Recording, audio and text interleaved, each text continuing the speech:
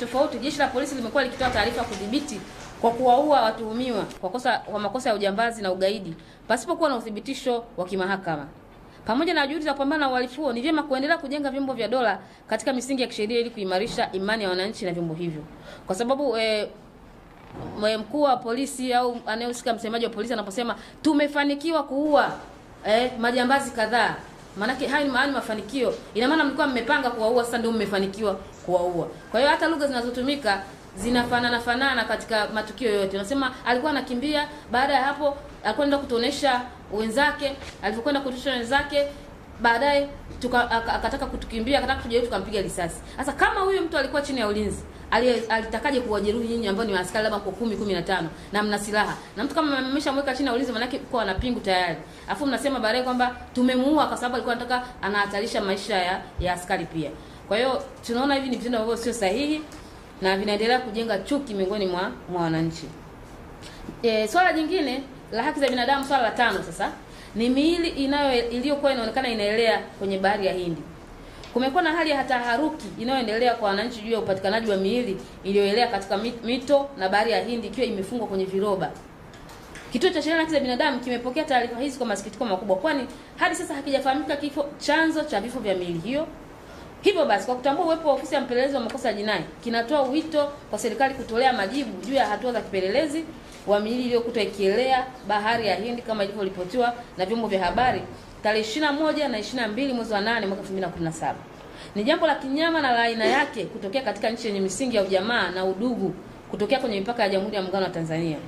Ni wazi kwamba sheria ya uchunguzi wa vifo ya mwaka 1980 inatoa mwongozo wa uchunguzi wa vifo vinavyotokana na mazingira yasiyojulikana au yenye utata kwa kukosa ushahidi kamili wa kimazingira uliopelekea mtu kuuawa na vyombo vya ulinzi.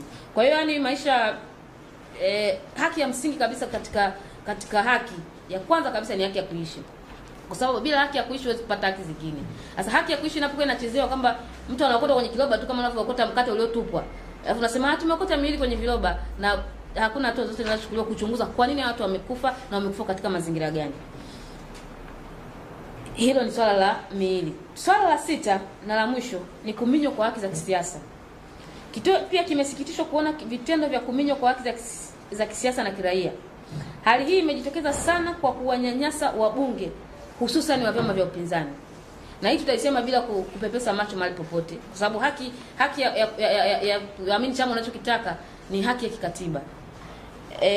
Kamata kwa viongozi hao imeendelea bila kufuata misingi ya sheria na haki za binadamu katika ukamataji huo. Mifano halisi ni kukamatwa kwa Mheshimiwa Tundu Lissu ambaye ana kesi mahakamani bado.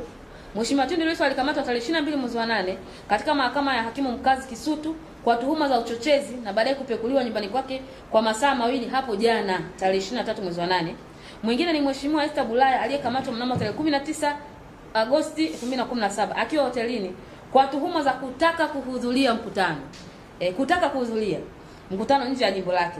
Mbunge mwingine ni Mheshimiwa Godbless Lema, mbunge wa Arusha aliyekamatwa jana tarehe 23 mwezi wa 8 maeneo ya Mnara wa Saa jijini Arusha akituhumiwa kuzidisha muda wa mkutano kwa dakika 7. Sijui ni sheria gani inayokataza hivyo. Baada ya masuala yote hayo, Kituo cha Sheria na Haki za Binadamu kinatoa sasa mapendekezo yafuatayo. Kwanza, Shirika la Hifadhi za Taifa tunatoa pendekezo katika kila swala ambalo tumeliona. Swala la kwanza tunasema ni Shirika la Hifadhi za Taifa kuwanyanyasa wananchi. Kwa hiyo tunatoa kwamba Shirika la Hifadhi za Taifa kutoa miongozo inayoheshimu haki za binadamu na kuzingatia utu katika utekelezaji wa majukumu yake, pamoja na kutoa fidia kwa waathirika wa kitendo chochote kinachofanywa na askari wa wanyamapori kinyume cha sheria.